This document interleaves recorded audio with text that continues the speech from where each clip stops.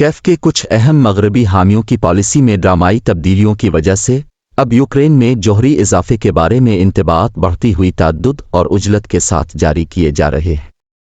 کچھ یورپی ممالک بشمول برطانیہ، فرانس اور جرمنی اور ریاستہائے متحدہ نے راستہ بدل دیا ہے، جس سے یوکرین کو روس کے اندر موجود مقامات کے خلاف اپنے ہتھیاروں کے استعمال کے لیے گرین لائٹ دی گئی ہے۔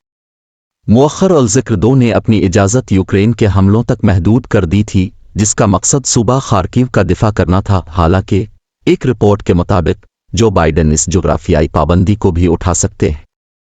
یہ اقدامات یوکرین پر تباہ کن روسی حملوں کا رد عمل ہیں، بہت سے اس کی پہنچ سے باہر ہیں۔